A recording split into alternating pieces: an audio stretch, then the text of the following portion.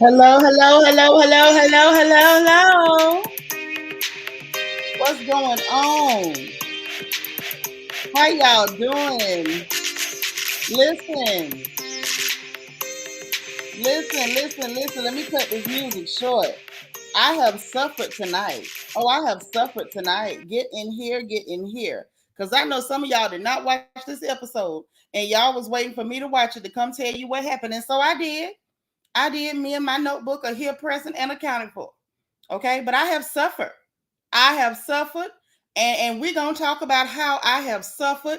Y'all did not tell me that Giovanna, that B from Clark, was back again. But yet and still, here we are. Here we are. Let me greet everybody because we're gonna get into this. Y'all had me sit through this foolishness, and it was pure foolishness. It was insulting. We got all of the things wrapped up in one. We got the colorism, the xenophobia, we got the lies, we got fake beefs, we got it all. We got it all. We even got people arguing about Facebook, Jesus. So yeah, y'all get in here and hit this like button.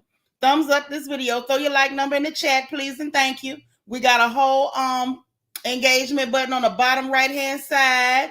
Okay. It's a circle with the emojis. Hit it, send them bubbles up, let the people know we here. All right. If this is your first time live, please put FTL in the chat for first time live so we can welcome you. If it's your first time, we happy to see you. If it's not, we happy to see you. Even if you've been watching us on replay and it's your first time in here on the live, put FTL so we can welcome you. Everybody is welcome. But I'm finna give it to y'all tonight. Y'all done had me watch this craziness. I got something to say. Oh, I got something to say tonight. I'm still out here by my fireplace in the front room. I was enjoying it. I even took a little nap before we came in here. Y'all know I don't take naps. I was feeling refreshed until I watched this show. I was feeling refreshed today and had me watch this show. And I want to give a disclaimer. I'm not responsible for some of the stuff that's gonna come out of my mouth tonight because I'm not happy with these foolish people. I'm happy with y'all, but I'm not happy with them. Not only that, it's our girl Bianca Edwards' birthday. I pinned her birthday message to the top of the chats.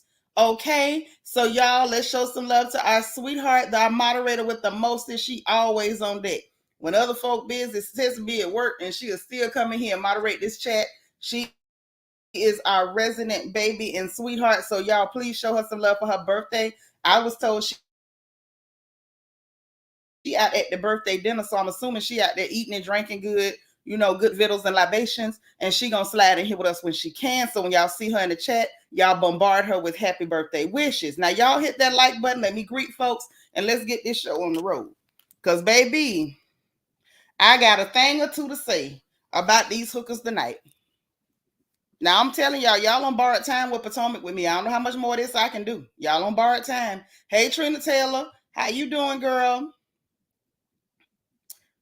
Wait a minute. Like button saying 6.6, child. Look, whatever they say. There she goes. She slid in and hit the button, but she's still up there doing her thing. Y'all see this girl? She on at her birthday dinner and still dropped in and tell y'all to hit that like button, okay? And get y'all drinks. All right, that's what I'm talking about. Happy birthday to our resident beauty, Bianca. Oh my days. Thank you for being like number 4, girl. How you doing? My sister Renee is in the house. Hey sis. She gonna be in the clouds, but she kicking it with us. All right, that's another sister. Just because she quiet, don't think she ain't watching. She be watching. She be watching. Okay. Jackie Gaines, hey sis. Says you like number 38. All right now. We glad to see you. Princess with the puppy. Thank you for being like number 9. We appreciate you, sis. Good to see you. Yolanda Franklin. What's good, girl? Good to see you. Good to see you. We got Miss Gardner. Hey, sister. Thank you for being like number 11. Kai is number 13. And hello to you too, gorgeous. How are you? Vita's here from Denver at like number 14. Hey, Forever 21. All right. Good to see you back, sis. Like number 11. Auntie Eva, we glad you made it. 14 or 654. I know that's right, but thank you for liking and hitting the like button on this video. Angela Davis, hey girl. Thank you for being like number 17. Debbie Garcia is here. Y'all know once the Debs show up, it's legal to talk housewives, and she's like number 19. How you doing? All right. We got the beautiful and gorgeous Niecy Rose in the house, honey. Our Ghanaian bombshell is like number 21. Thank you, sis. Hey, girl. What's going on, Angela Nichols? How you? Miss Sparkle is here, y'all. Our resident Mary Kay lady. You know she gonna have an after Christmas sale, and we're gonna have a Mary Kay party / tea party after Christmas too. Yes, we are. Y'all know we did it before we broke out our pretty hats, and we're gonna have us another pretty hat tea. So get your hat ready and your cordials. Hey, God's anointed daughter, how you doing? Good to see you. Kelly Harper in the house. Hey, girl, Tia Baller, what's happening? How you doing? Hey, Dialogue Sisters, how are you? How are you? You made it here twice. Yes. Okay, Deborah Randall, that's my sister, honey. We got the other Deb on the porch. It is official. We can talk housewives and talk we gonna do.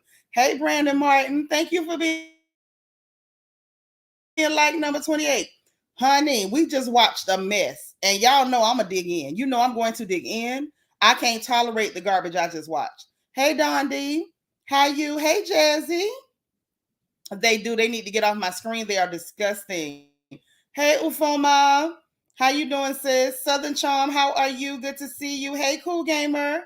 Always cool, and we love you. DS, are you here to moderate that reflection corner? Because something tells me some of y'all going to be up in there tonight. Something tells me I got a strong feeling. Hey, DV. Thank you for being like number 40. Rochelle. Hey, sis. Thank you for being like number 36. We love you. Glad to see you. Destiny is in the house. Thank you for being number 43. Okay. Let's see. Let's see. Chai. I want to make sure I'm getting everybody because I want to start talking, but I don't want to miss nobody. Y'all know how I am about my manners. I have a thing about manners. I despise bad manners and I don't want to exhibit any if I can help it. Hey, Dana Brown, thank you for giving a happy birthday wish to our very own beautiful Bianca Edwards, y'all. Diva2904. Hey, girl. And thank you for being like number 59. I appreciate it. I do. DT in the house. I say DT in the house. What's going on? Yes. You endure with me in pain regarding this episode. That's what I'm talking about. DT said, get your drinks ready. The corner is open in case anybody needs to reflect and like this video. Hey, LEL. How are you? Good to see you. Rochelle, happy royal anniversary, my love. 28 months, and we have loved you for every single one of them. DT is representing and celebrating a 26-month royal anniversary. Say he mad at the Scissor Sisters and Mia Burt tonight. Ooh, child. Miss Star. Hey, Miss Star living life. How you doing? Barbara Parker in the house. Oh, shoot. Man, we got the whole family up in here. We may as well go ahead and say it like it need to be said then. If the whole crew is here.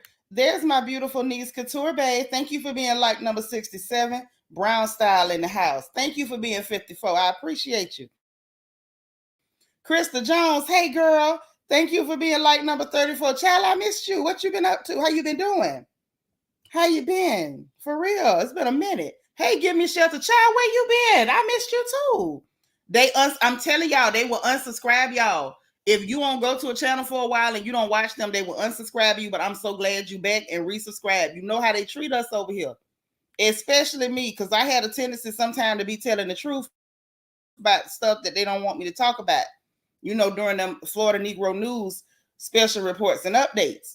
Hey, T to the fourth power. Thank you for being number 68. Koshari. Hello, my lovely. Thank you for being number 66. G Mama 4 in the house. Dr. J, this is my sweetie pie. Thank you for being like number 68. Okay, Koshari, we missed you too.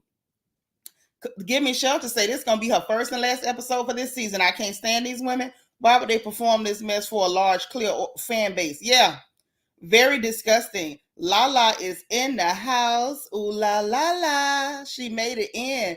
Krista, you been working? Well, I listen, I understand. I dig it, girl. We all got them bills. They show up every month like a man you don't want. But you know what? God give us a way to work and pay them. And so I understand, and we just glad we got a chance to see you and kick it with you tonight. Miss Peaches, N.O. No, you lost your granny. I'm so sorry, sweetie, but I'm glad you're back. We love you. We're sending you warm hugs in all this cold weather and to get you through the holiday. And you got family here if you ain't got it nowhere else, honey. Hey, Linez, thank you for being like number 70. Say, I would rather listen to the reviews instead of watching them trifling heifers. Well, baby, if that's what you decided to do tonight, you did the right thing. You did the right thing. So let's talk about this. Let's talk about it. First of all, before I even go through the notebook, because y'all know the notebook is on deck. Y'all know. How many of y'all know the notebook is on deck? Y'all know the notebook is always ready. She is ready to provide all of the details, none of the lies. Let me let y'all hear the pages, okay? Y'all hear that? Y'all hear them pages? Yeah.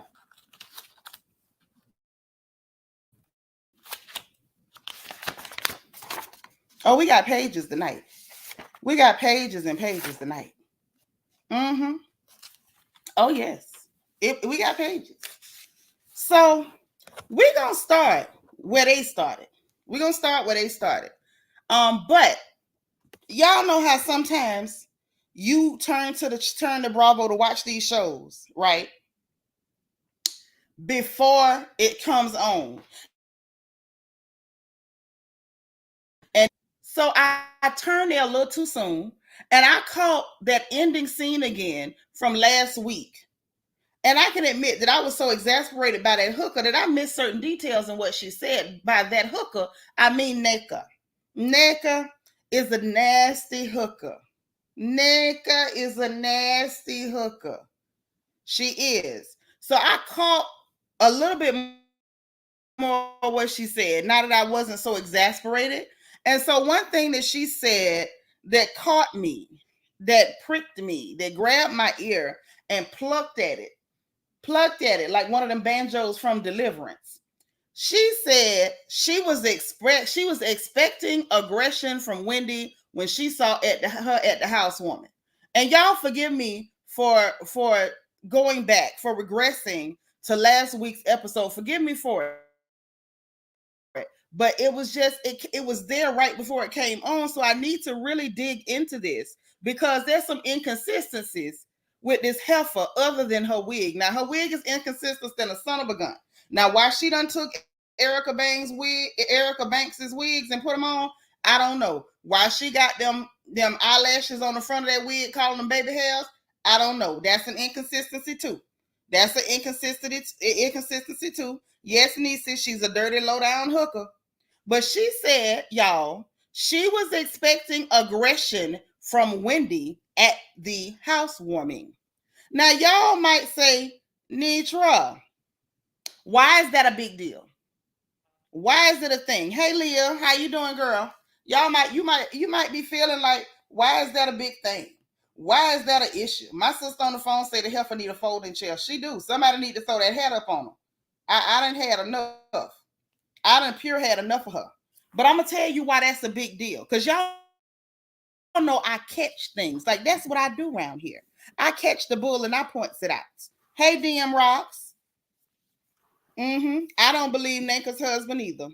Any man taking his wife money to buy coochie from undergrads at University of Maryland is suspect than a son of a gun to me. Absolutely not. Plus the fact he's sitting up there with his hair looking like that and your head shaved like that. Don't nobody even wear that haircut no more. Right, give me shelter. Nneka's a whole clown. But let's get back to what this hooker had to say. Because I want y'all to see how them lies just fall apart.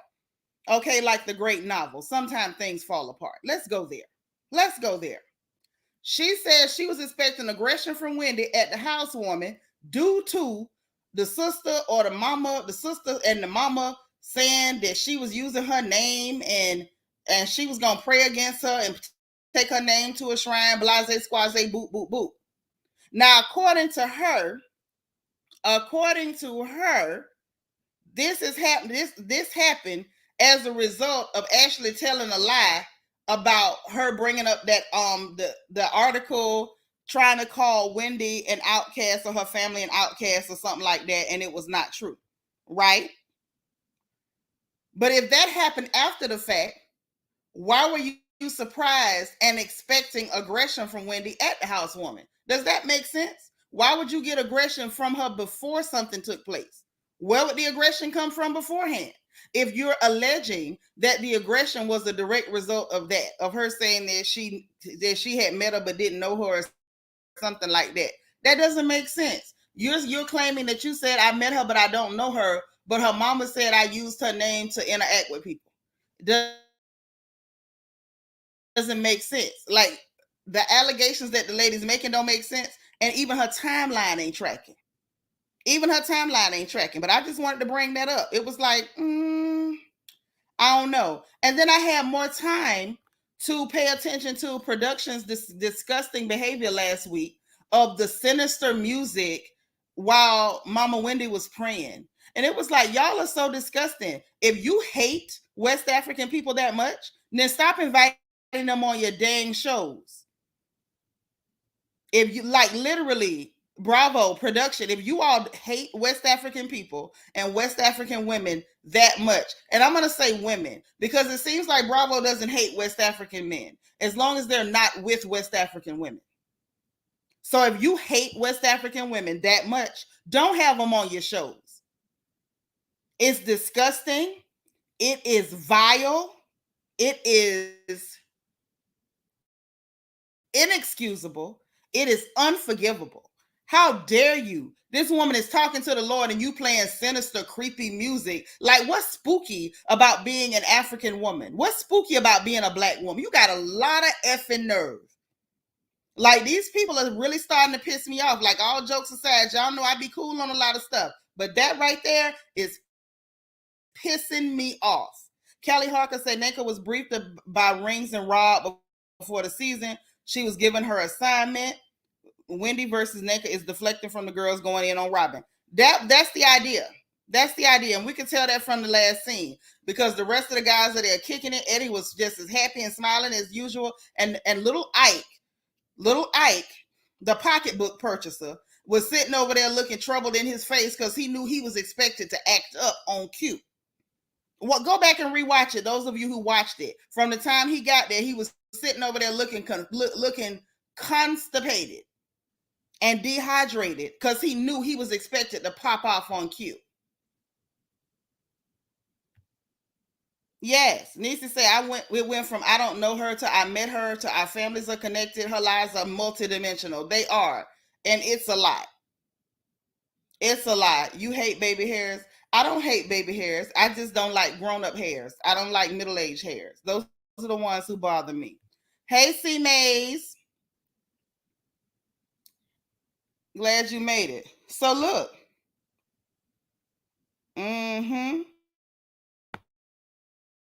So let's go. Let's get into what happened. I don't want to give y'all too much of my opinion, but it really pissed me off. Ufoma, you saw it too, sis. Sis say clock it. Like, I already peeped. Like, y'all really hate West African women. You brought Wendy in to be a pick-me. And once she got her head screwed on straight, you were mad. So you brought in another West African woman to help you with some xenophobia and a takedown because she's so desperate to be liked. I'm over it. Yeah, like, how was there going to be aggression when you claim that this happened as a result of the lie Ashley told? How? Said the ending of this episode was confusion. Oh, yes. Yes, absolutely. It was confusion because it didn't go the way they wanted it to go. Instead of Wendy going back and forth and arguing with him, what she did was got up and flexed on him and told that whole it was a flop. That's what happened. Dialogue sister said Nneka first said Wendy was nice to her to Ashley, then said Wendy was aggressive to her. No, she didn't say she was aggressive, Dialogue sister. She said she expected aggression. She claimed that when she met her the first time, she was met with eyebrows and glares. She said eyebrows and glares is all she got from her. But when she talked to Ashley, she said she was nice to her. When she got to talk to Robyn, it was eyebrows and glares. Just disgusting. So let's get into it. Yeah, talking about Eddie looked like he's in the movie Get Out when she's the one in public screaming and telling her husband to shut up. That part. Acting like some kind of, let me not call her what she acting like, because then I'll be engaging in the same stuff. So look, this show started with Nneka the trash going to the airport to pick up her husband. and him, taking over driving, saying ain't no gas in the car and whatever, yada, yada, yada. So they picked him up at the airport talking about he's still nervous flying, and she checking to see if she ovulating, to tell us he do travel medicine. Girl, the stuff that them girls at that school is saying about your husband, it gives that you might want to be concerned a little bit more with how much your husband is away from you traveling, and less about trying to kiss up to Gizelle before you end up in the same position as her. Well, you would probably never be as poor as her, but you might end up by yourself, just like her. While you worrying about kissing up to her, worry about what your husband doing and where he's going when he's supposedly traveling with the medicine. Because we've already heard the rumors about what he do while he in town. Okay? All right, girl. So anyway, Karen calls and invites them to play pickleball, and she happily says, oh, yeah. Oh, I'd love to. And then gets off the phone to say they don't know what the hell pickleball is. Okay? Yeah, it's the inconsistencies because she's a line hooker. She's a line hooker. That's why it's inconsistent. Lord, Deborah say Eddie ain't posted on Facebook since 2021. Girl, get up out of here. Hey, thank you for being like number 74, Southern Charm. Y'all hit the like button. Put your like number in the chat. Let us know you supporting. Yolanda say Ashley and Robyn both need to be dragged for deflecting from their own marriages. Child, Ashley don't want nobody to clock that their divorce lie was a lie. DS say something on hubby is traveling, but it's not medicine. DS, go ahead and be the first person to get on in there and make sure that the chairs are set up in the reflection corner. What you mean something is traveling on hubby? I'm not doing this with y'all tonight. Y'all crazy. So look, so that happens. They don't really know what it is. So then she's telling him about what everybody's going to be there. And Wendy and her sister were angry with her. And she talks about Libby, the cousin-in-law, and that they were, they were angry. And they showed a clip of her like on FaceTime. So I guess she pulled her on FaceTime for the camera to tell them about it. It's like, the shrine thing. What is the shrine thing? Say the lie out. Say the lie outright. I feel like this Libby the cousin person is saying the shrine thing. So if it ever comes out in real life, she can say, well, I didn't tell Nneka that. And I don't know whether Libby said what she said or didn't say what she said. They all looking messy to me, Libby included. Okay. And I'm saying Libby because they said Libby. I don't know whether she's Lebeche or whatever, but I'm just saying Libby because that's what they said. Okay. Lord Yolanda said Hickey Marks is traveling on Nneka's hubby. Lord, I don't even want to think about that. Then the husband was like, well, Eddie, that he disowned him. They called him a buddy, but he disowned him. How is he a buddy? He doesn't know you, dog. That's why I say Giovanna, that B from Clark, is back. So this boy Ike is like delusional enough to believe that if you're on the same college campus, that we have to know each other. We on the same college campus. We're automatically friends and we know each other. Now he going so far as to say he disowned me. He disowned you. And the only thing they can show is that Eddie was not their friend on Facebook. Just because somebody's not your friend doesn't mean that they ever were your friend and unfriended you. And what's crazy, y'all, is when they were first talking about it, I thought they was talking about Instagram. This man was talking about Facebook. Facebook? It's the former said, how did Nneka's husband even know that Eddie unfollowed him on Facebook? There's no notification for that. Ufoma, say it again. There's no notification. It gives that you all were actively trying to latch on to these people for some reason. I've had friends lost their whole Facebook page and I didn't even know it till they sent me a new friend request because I didn't know nothing. And who is that crazy over Facebook? Like, are you serious right now? And then gonna tell her, well, maybe she don't see you as like a sister or somebody trying to like replace her or take her spot or something. Child, first of all, Ike, just tell the truth. You kissing up real hard because you almost in the same spot with Chris Bassett. The difference is you a doctor. You are a doctor. You just don't have the same money that this girl family got and you want access. So you kissing up and going along with mess. Word to the wise. Word to the wise, my love. Men ain't supposed to be in women's mess. If your wife is messy, let her be messy by herself. Let her be messy by herself. Wake the hell up. You see the other men in this group is sitting up, chilling, kicking it, even if their wives is scratching each other eyes out. Them men stay right. Them men keep right on kikiing and everything keep it moving. But the fact that he was all into the mess is giving you know, y'all really came in with a concerted effort here. Y'all had a target in mind when you came. Kelly Harper said, I barely remember anyone I went to college with. So Facebook friends are real friends now. Apparently they are. I didn't know that. I've had people be like, girl, we was in the same dorm in freshman year and I don't remember you. Yes, Lala, it's giving headquarters, Facebook.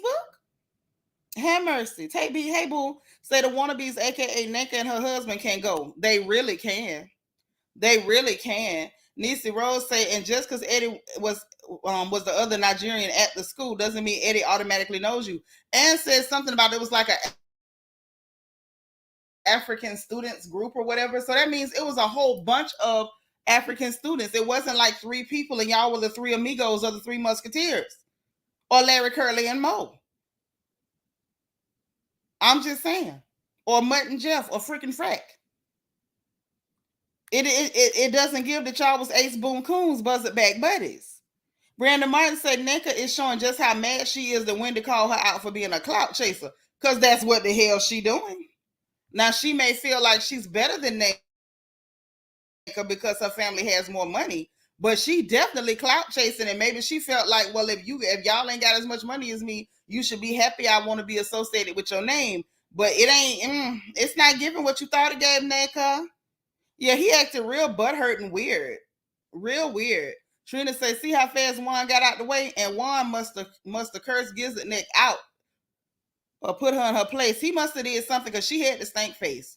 Tay B say, baby, the real tea is that Nneka is doing all these interviews because the Nigerian community is very angry at Nneka. I can't speak to what the Nigerian community feels about her. Like that term kind of irks me slightly. Like there's a bunch of Nigerian people in the US, and I just don't know that they have meetings to say that they're all on one accord with anything. I just feel like that's a lot. That's a lot. That's like saying the entire Black community is on board with one thing or the other. Like, I don't know about that. Kai say, when Nneka asked, it went from Eddie. Ooh, a log fell off the fire. Okay. It went from Eddie and Ike know each other to she don't know if they ever talk. That's what I'm saying. They lie so much. Ofoma says UMD College Park is a huge school. The ASA is not some 10 to 15 person organization. Thank you. But this dude is literally trying to pretend like they were best buds. They was getting girls together. They have, they were in like the same prayer group or something. And now he said disowned me. Disowned you? Negro, he never knew you. Stop it.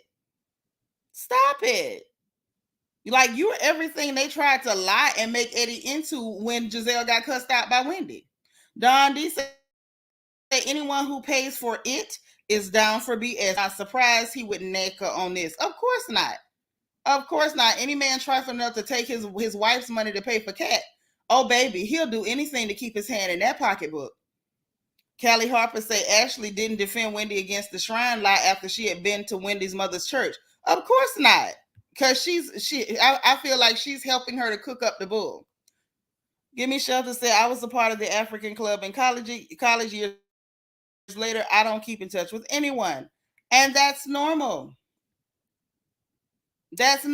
Like, who the hell? Like, who does that? Tay said, not saying they're all mad at her, but a lot of people who are Nigerian were mad at the way she was treating Wendy. Yes, I like that better. I'm not picking Tay B. You're absolutely correct. I like this better because I did see that too. That there were a lot of people who were Nigerian online who did take issue with her behavior. I just don't like that lumping people together because it gets dangerously close to the people who are negative. You're not negative, but people who are negative, they like to use terms like that. So I try to steer clear. Jazzy says Wendy would have known Ikenna because Wendy and Eddie were dating in college. I'm confused. So if Wendy and Eddie were dating in college, she should know a man that Eddie didn't even know. I'm confused, Jazzy. Say it again. Hey, Cheryl. Girl, it's a mess. Niecy says, I bet Nneka fabricated that Facebook unfollowing story that got her husband throwing a tantrum. Probably did. But what's weird is I feel like if he's going along with it, it's given that that's your little sugar mama and you scared to lose your access to her daddy's money. Like that's what it's really giving.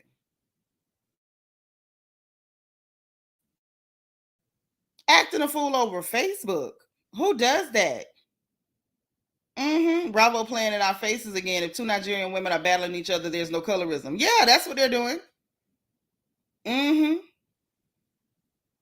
Nneka's husband searching for a reason to have a problem. Yes, yes, yes. For Robyn to say Wendy won't let Nneka something, everything, like she had anything else of important to say. Oh yeah, she didn't let her say nothing else. She was done with her. Like, girl, you looking for the moment that you're not gonna get. Niecy says if he can come out with a group photo that includes Eddie, then he better hush. My thing is, if you can come out with a group photo where y'all was hugged up, and not a group photo, I mean like a selfie where y'all two was at the club kicking it, just the two of y'all. You showing me a group photo of like 200 or 300 people and y'all somewhere mixed in a crowd, that's not gonna get it. Hey, vet, it's not. It's not. I got to get back to what happened now because y'all know I will get caught up in the comments. Let's get back, y'all. So that happened. Then we get Robyn and Gizelle in this awkward lunch situation or whatever the hell this was with these two stiff weirdos. So she lets us know that Grace is going to school in Florida. I'm wondering, is this an HBCU situation? Is this Florida A&M, Florida Memorial? Is it Bethune-Cookman? Is it Edward Waters? Where's she going? Like, where's she going to school? I'm interested to know, just because I love to hear about children going to get their education. I think, like, to me, that's the bomb. I'm one of those people. I go all the way up for education, always have, and always will. Okay, so I was excited to hear about that. I'm gonna tell y'all something else I peeped, and y'all gonna say I'm petty, but I'm not, or maybe I could be. You say so she gonna be a rattler like my daughter. Okay, so she's gonna be a rattler, so she'll be joining all of the pretty girls who are over there in Tallahassee. I like it. I like it. I like it a lot. I like it a lot. Okay. I didn't know which school she was going to, but I must say congratulations to Grace, and I'm excited to hear that she will be a Florida A&M University rattler. All right, Miss Grace, honey. That's what Jamal said, huh? Hey, chubby girl cuteness. Okay, so congrats to Grace. So then let me tell y'all what I did notice. What I did notice was, why did Gizelle order a Casamigos double when she had that whole hissy fit on a girls trip talking about the only tequila I ever drank is Casa Azul. I only drank Casa Azul. Threw a whole hissy fit over a bottle of tequila that's barely $100. Casa Azul. I only drank Casa Azul. And I'm saying it like that because that's how that bumpkin kept saying it. I only drank Casa Azul. Who stole my Casa Azul? This the only one I drink. I had them get this especially for me. Casa Azul. Then she's sitting up here ordering a Casamigos double. What happened to the Casa Azul? You country Bama. What happened to that? What happened to that? I was like, boy, these tramps don't remember the lies they tell from 1 minute to the goddamn next. Casamigos double my foot. You go back and order the Casa Azul, Bama. But anyway, so drinks come out. Her and Robyn sitting up here pretending like the waiter was making eyes at her. That young boy wasn't looking at you. That young boy wasn't looking at you. And so they bring up the conversation about the little young boy that she's scaring, pretending like she going with. Yes, girl. That's how she said it. That's how she said it. Casa No, Casamigos ain't no off brand. That ain't no off brand. That's what the children drinking right now. Trina Taylor said, yes, Grace need to go to school. She doesn't know what her female women parts, but she's beautiful. I'm not gonna knock her for that. These are young people. These are young people. They're learning. That's not on her. That's on her mother. That's on her mother. And her mother had an opportunity last season to have a real conversation with her about her body, about women's health. And she missed the mark, as she often does, because that's what Gizelle does. She misses the mark and she drops the ball. Deborah Randa say, isn't that right? All that mess over tequila, embarrassing. Yes, acted a whole idiot over some Casa Azul. Now you up here anyway. Lord, LEL say Gizelle think customer service is affection. So LEL get in that reflection corner. This fool say Gizelle think customer service is affection. So she pretending like she thought the boy was flirting at her. And how old you think he is? He looked like he in high school. Like, that's literally how she talks. And it is horrible.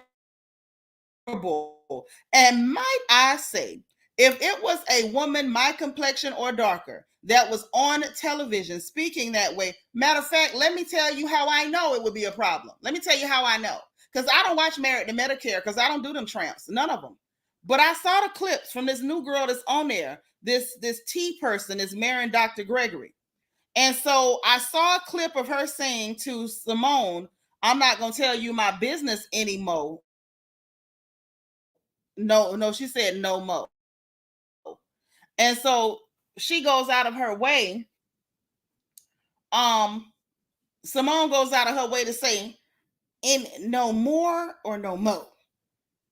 So I'm noticing, like, how you even get away with this. She literally talks like that. He looked like he in high school. He looked like he in high school. Now you tell me on which franchise on Bravo anywhere you find an actual phenotypically black woman speaking that tragically and people patting her on the back. I'm just saying. Don't get me. Don't shoot the messenger. But it's a lot.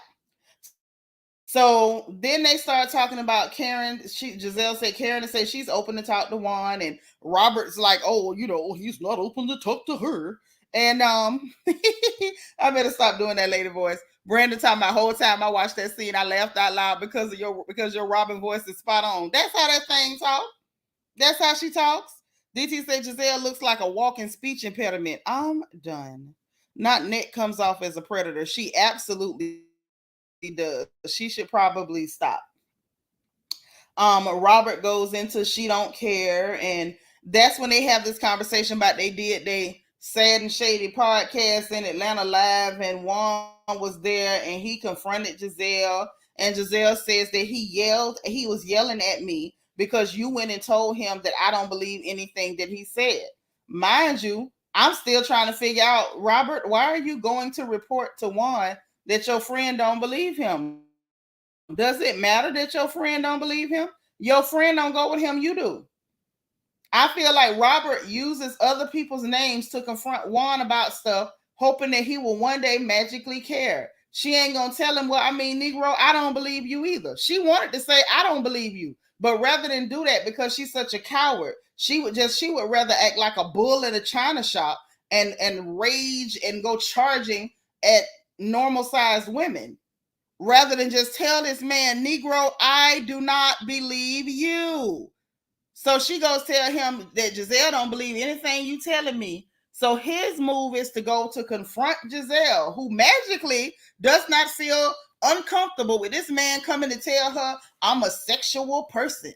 And I did not screw this lady and all these things. Like, I would have been horribly uncomfortable. I'm gonna tell you that flat out. Don't send your man in my face. Don't send him. Don't send him. Don't send him. Yeah, I might pepper spray him. Number 4, I might cut him. And number 5, he might get that fresh squeeze. Don't you ever send your man in my face, sugar. Don't do it. Barbara Parker said, my husband and I was at an event recently, and this young lady wanted to make me know her from school. I really don't know her. Child, people do stuff like that. They do. Hey, Generous Soul. Yes, girl. She like to charge at normal size women. So she go back and tell him, Gizelle doesn't believe anything that you told me. She doesn't believe any of the things you told me. So he goes to confront her and says all this stuff. He's yelling, and I believe he was yelling. I do. I believe he was yelling. I believe he's frustrated because I bullied Robyn into shutting up and not saying nothing, but I'm not able to bully y'all into not saying something. So I'm really irritated with you because I can't force you to be quiet because I'm not pretending to be your man. Okay, so I do believe he yelled. Robert then goes on to tell the ridiculous lie. Well, see, he's not yelling. He talks loud because his hearing is bad from coaching because he had to do a lot of yelling, so he can't hear. So he just be talking loud. So Gizelle was like, he what? Then she said he was talking loud. And so anyway, they went through all of that, and he said he do it, and Gizelle is in the confessional dressed like Mrs. Garrett from Facts is Right. I stand by it. That is the Mrs. Garrett outfit. I was waiting for her to say girls, because she looked crazy with that neckerchief. But I'm gonna let it go because the rest of her clothes are so much worse. So anyway, then the poor little waiter comes back and they ask how old he is. He say 28, and then answered Gizelle with yes, ma'am. Hey, Miss Weedy Pooh, thank you for being like number 93. He said, yes, ma'am. That baby wasn't looking at you. He can look at you and tell that you his mama age or his oldest auntie age. That baby was not looking at you. He said, yes, ma'am. I say, Lord, poor little sugar. And his mama raised him right. Precious little baby. And Gizelle is up here being a creepy old predator, trying to throw them bats in that belfry on that child. How dare you? How horrible. And how delusional would you have to be to think that you sitting up there looking like an old bruised banana that's been left in the sun with creaky hips and swollen ankles, that young children are looking at you as a sexual object. She needs deliverance, prayer, and medication. Bad. Real bad. So, right, Niecy, with this hearing impediment for Juan that we ain't never heard nothing about. Niecy say, meanwhile, his supposed hearing impairment was never an issue in all the seasons till now. Girl, it wasn't even a issue last episode, last week. When he was in the kitchen with Robyn, he was talking to at a normal tone. So he slapped that counter and said, I don't care. That was the loudest he got, and he still wasn't yelling. He said, I don't care. When he sat there and told that girl, get mad, Robyn, cuss, do something. He wasn't yelling in. So when did his hearing go out? Hey, Shani, thank you for being like number 94. When did the hearing go out? How come? When? Cheryl said, I hollered when he addressed her as yes, ma'am, and she called herself flirting. You trying to flirt, and that baby say, what a nice old lady. Tay B say, Gizelle loves to think she's still in her college days. I sure would love to know why. Or let me, maybe the rest of us need to order Casamigos double. Maybe if you drink a Casamigos, you feel like you back in the day. Yes, the oldest auntie. Yes, the oldest one. They like to tell people, yeah, I was fine back in the day. That one. Brandon Martin said she was trying to throw what on him? All them bats in her belfry. All of them. Spider webs too. Yes, the old bruised banana. Megan Roger, hey girl, thank you for being like number 96. Girl, we ain't even got that far. Yes, girl, Southern Charm say Robyn got a lie for everything Juan. Yes, she does. LEL say Gizelle thinks she's a cougar when really she's a hound dog. Sherman was the closest thing to what she actually attracts. Lord have mercy. Oh, I can't take y'all. I can't take y'all. Uh-uh. Mm-mm-mm. So anyway, so then she go telling Gizelle about the shrine lies, and Gizelle talking about they in the same tribe, right? And talking about some, she's a voodoo hexer, and I used to be married to a preacher. It's evil. Girl, what's evil is you sitting around telling lies and trying to throw yourself at people young enough to be your children. Now that's what's evil. That's what's evil. I don't believe none of this mess, and I find it disgusting that they were literally trying to make fetch happen with this. Literally. So then we get to Candace and Dorothy, y'all. Listen, this scene right here is why Mama Dorothy will always be up there in my top 3 favorite reality TV mamas. Right up there in the top 3. For always and forever be in the top 3. Okay? I'm just saying.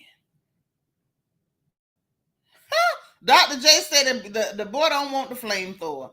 I cannot. Southern Charm say calling Jamal a preacher is a stretch. Ooh. Mm-mm. Ooh wee. So listen, Candace and Dorothy. So they in the house and she doing what mamas do.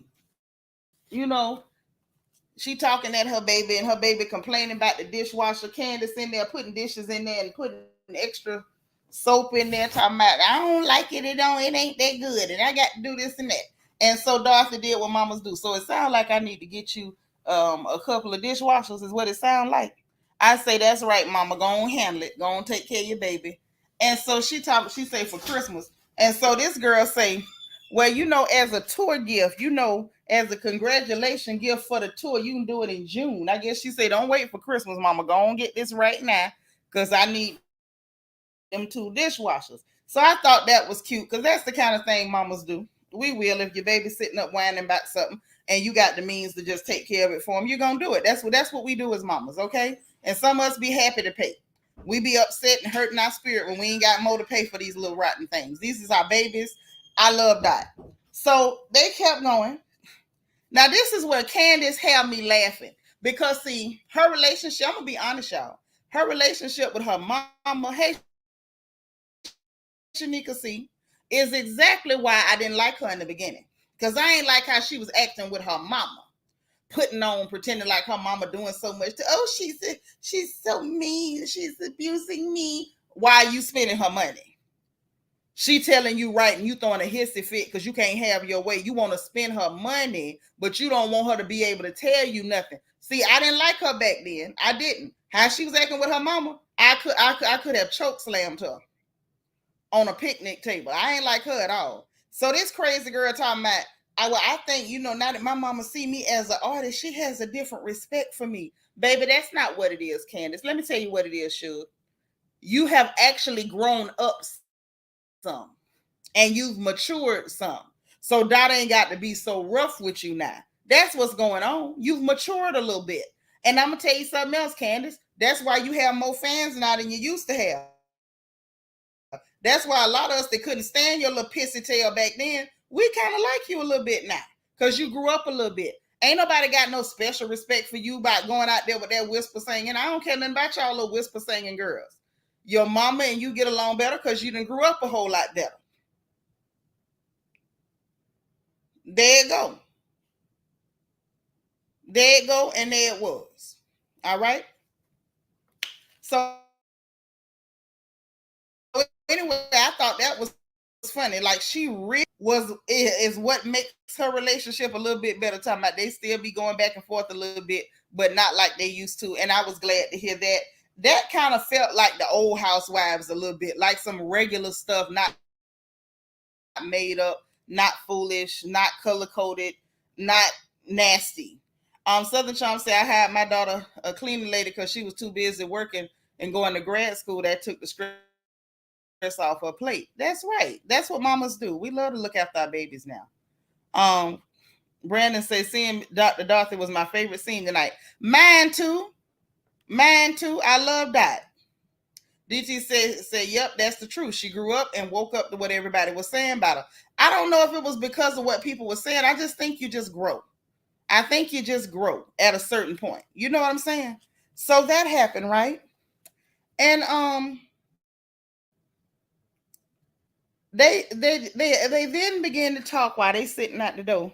And she talking about, that tour life is rough, and she spent so much money, and she said the promotional tour, did really, really good for her, but she spent a whole lot. And she was talking about, life on the road is ghetto and it's not glamorous, it's rough. And talking about that Chris was fussing about what she spent, about the cost and everything. And she gonna say Dorothy had a face on. And listen, it was funny because I caught myself, y'all. I was making a face too. I was making a strong face when she said Chris was complaining about the money. Matter of fact, I think that was last episode when they was talking about it. I had a whole attitude, and I think I said something about it on the review. How you gonna say something about what she's spending on the tour? We know she ain't spending your money. Now that's what we do know. So she gonna ask her mama talking about what's that face? You made a face or whatever she wanted to know. And she was like, well, what's Chris doing these days? She ain't say nothing rude or nasty, but Dorothy let it be known that she thinking like I'm thinking. How he gonna complain about money he ain't making? I still would like to know. I would like to know. Because if you're not making the money, sir, why the hell are you talking about it? See, that's why these men need to work on being providers. I don't care who you are. You need to work on being providers. Because when you start having discussions about money that you ain't made, some of us is gonna be different. Hey, Ian the Core Junkie. Yes. Yes. Uh-huh. Barbara, what you say, girl? Say her mom probably appreciates her paying some of her own bills. Plus, you can see her growth. I like her much better. Yeah, I like her much better than I used to. Candace was hard to deal with. She was hard to even look at on the screen. She was so irritating. But yeah, so she tells her mama, well, I mean, he doing virtual cooking classes and he being a private chef. She said, oh, does he make money doing that? Baby, she talking about no, mom. He does it for free, like trying to be sarcastic. Girl, that's a real thing. Your mama asked the real question. Does he make money doing that? Because I was wondering. I say go, dot, go. So then she went to talking about, what he left the W where he was when Ashley with Forehead, when Mega Man went the line on him. Because she said she ain't like the schedule, and production showed her complaining about the schedule. And so now he ain't over there at the restaurant all time of night hanging out. And now she say she ain't home because she on tour, but she still be missing him if they be trying to make it work. So Dot asked her about, her and Robyn, like y'all feel like y'all gonna be able to talk it out or whatever like that. And Dot is like, child, and ain't no need in staying mad. Life have a way of taking care of people. And she's like, I'm not like keeping energy on it. But she basically says that she still don't believe them stories that Robert told, and she still believes she was covering for Juan by helping Gizelle attack her husband. And I believe that too. I'm sorry. I think Candace on to something with that. I believe it. I believe it. I do. I'm just saying. Okay. Mm-hmm. So that happened, and they had the whole conversation, and Darcy was like, life will take care of people, don't stay mad. And she said she don't still believe it. And she was like, and so Darcy was just like, grown people, this and that. And she said, well, grown people don't do this and grown people don't lie. And Darcy said, yes, they do. They do lie. Because them people is grown and they lied. And so you can't say they don't when you saw that they did. Okay. Now, let's go on to Ray and Karen showing up for this pickleball event, because that's where everything went messy. That's where it was always a nasty stream going through this whole episode. It was a lot of nastiness from Nneka to Robert and Rings, neck and shoulders, what y'all call them. And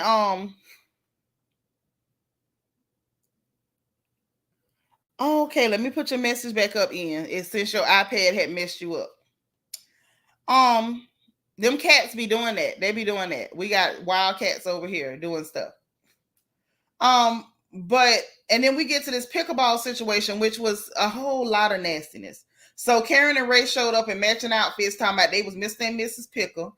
Gizelle shows up, and child, Karen is still Karen. Karen is so funny and shady, but it's fun shade. It's never nasty. So she told Gizelle, you seen more fun since your little boyfriend. And she told me, I ain't calling no boyfriend. Karen was like, reminded us that she said that Jamal lived in the phone, and production reminded us that Jamal lived in the phone. Karen said this little boy must be in outer space because she ain't even seen him in the phone. I say, Karen, are you low-key trying to snitch and tell us that Gizelle got another fake relationship? She was pretending to go with Jamal. Are you trying to low-key tell us that she's also pretending to go with this little boy by telling us that he don't even be in the phone, Karen? Is that's what you're saying? But say he don't even be in the phone. He must be in outer space. Mia and Gordon show up. Karen gave her an air kiss this time. She still went down to hug her. She gave her an air kiss and told her they was making progress. She let the instructor start giving them instructions on how to play the game. Whitney and Eddie showed up looking like the little chocolate Barbie and Ken, honey. They in they white and pink. They cute as usual. They always cute. Vivian was there. Karen friend Vivian, the one to be making her dresses, that lady. And I heard that she caked up and shaked up with that bread too. Candice was there. I didn't even see when Candice shows up, but she said Chris had clients. So thank the Lord he working, because we always like to hear about people working a job. We do like to hear about that. And then Gizelle was like, well, I don't speak to Candice. Girl, you can holler all day about you don't speak to Candice, and production showing all the stuff y'all done said to each other. But Candice looked all past you, honey. She didn't speak to you either. She looked all past you. And Candice was in her confessional, was like, child, after the stuff she did, it's F her forever. So then Ashley shows up with a whole lot of hair that was not blended very well in the front, but she had a whole lot of hair, and her assistant. Candace called Gizelle an evil spirit, which I thought was funny. Shanika, I think pretty much everybody here don't like Nneka. Nneka's not likable. She ain't likable at all. Bianca said, I haven't seen this episode, but please tell me what type of pickleball shoulders were thinking about. She exposed. Child, don't worry. Yeah, Karen is fun. Karen is definitely fun. No, the little boy did not show up for rings. The little boy did not show up. Karen said he don't even be in the phone, baby. He in outer space. He in outer space. Okay, Homeboys in outer space. Some of y'all remember that show with Flex Alexander. Tay B say Gizelle and Robert are notorious for imaginary relationship. Ooh, Tay B, Tay B, you tough. You tough now. So they doing their thing. Karen put them on teams, but she called herself putting the people who don't like each other on the same teams to try to make them work together. So she put Po Candiace with Gizelle and Ashley Lion Tails. Then she put Po Wendy over there with Mia, and then when Nneka showed up, put her over there. And y'all, Nneka shows up with a bare midriff and a loose belly and a bubble vest. Now I'm gonna ask this question one good time. One time for the one time. I don't care how it sound. Do with this what you make. How you run around like you the shiz naive? Shout out to Scrappy for that one. And you so bad, and you so this, and you so that. You ain't had baby the first, and your belly over there loose like diarrhea. What's going on, Suge? You want to let us know? And if your belly loose like that, if your belly is loose and wrinkling up while you standing, belly's supposed to wrinkle and fold when you sit, not while you're standing. And if your belly is loose and wrinkling like that, looking like somebody's brains, why the hell did you have on a midriff top? And don't think I'm just getting her, because y'all know I got Gizelle last season wearing them bare midriff stuff and sides out with all them jelly rolls showing. So Nneka, welcome to the party, Suge. I'm not skipping you either. What in the hell were you thinking? Hey, Nikki Tyler. Hey, Sasha T. I can't imagine a grown man trying to fight over Facebook follow. Child, lame as hell. Lame as hell. He looked like the kind don't even wear socks and that's what it's giving. That's what it's giving. But I still would like to know how you run around with a bubble vest on, a sports bra with your midriff out, and your belly wrinkled up like an old man's forehead, looking like your belly looked like Wilford Brimley, like it got diabetes. But you sitting up here with your belly out. I'm just saying. I'm just asking. Don't shoot the messenger. Brown Style say, I love how Karen stands on business when it comes to refusing to hug Mia. Child, me too. Me too.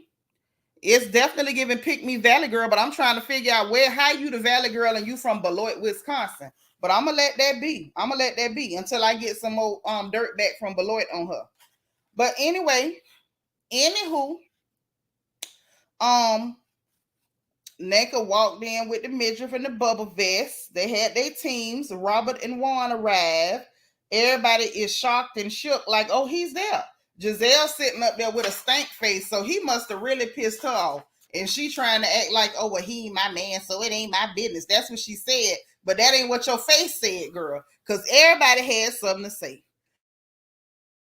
Baby, little Candiace gave it to us tonight. I'm sorry. She said, is that Juan, the player from the Himalayas? Karen talking about they did. And then Wendy talking about, I thought he'd be somewhere in Canada. Mia talking about he ain't got no job, so he should be here. It was either watch TV or play pickleball. I'm glad he came to play pickleball. And Mia is a trifling hooker, but that was pretty funny. Y'all know I don't like men without jobs. You know that. That's when Gizelle talking about something. It ain't my man. I stated my case and I'm done.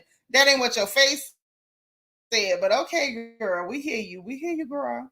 So Juan spoke to Ray and everything. He came in. You could tell you could tell he knew that people looking at him like, Negro, please. Robert did that to you, because if she'd have kept it real last season, instead of helping Gizelle lie on Chris, you wouldn't be in a weasel suit right now.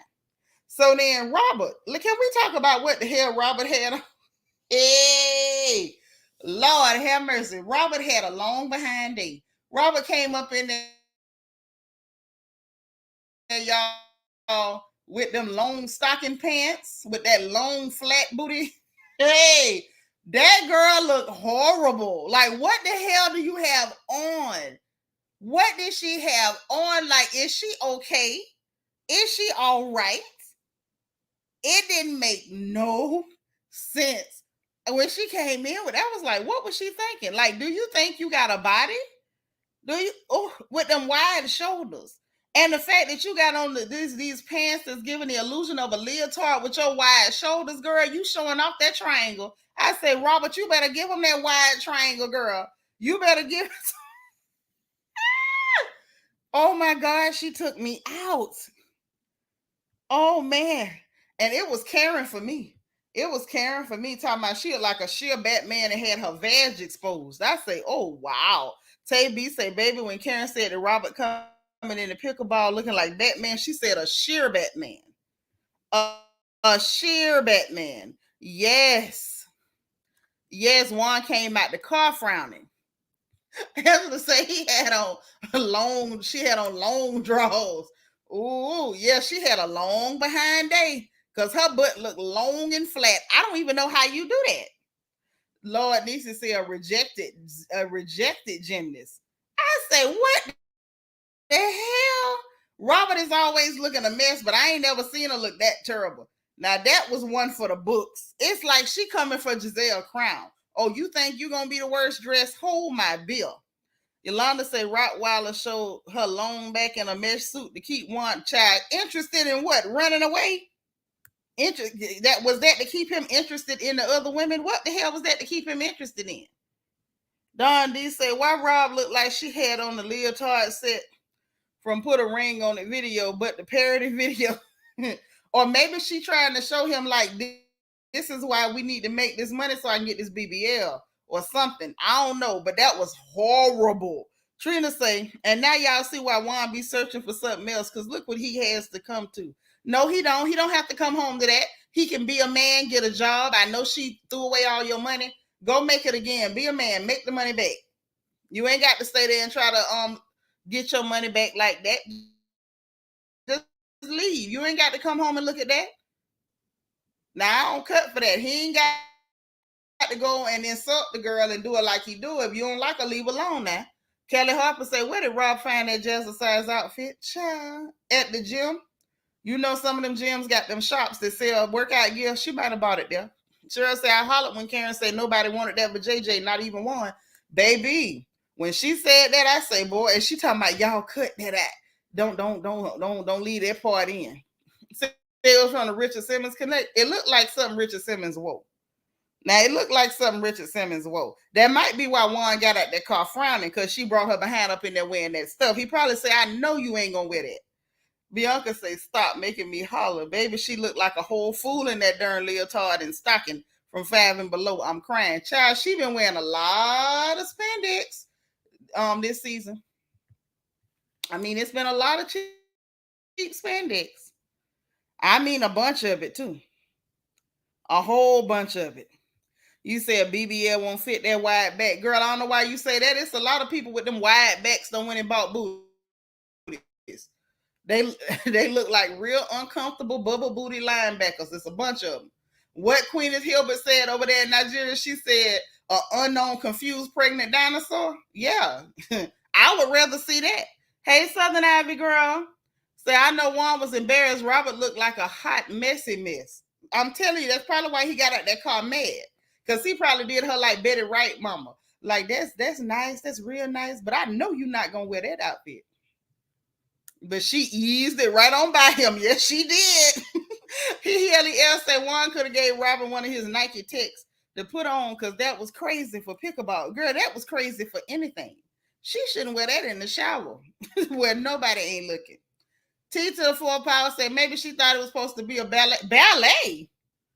But Gizelle legs are big and all one size. She couldn't have thought that was for no ballet.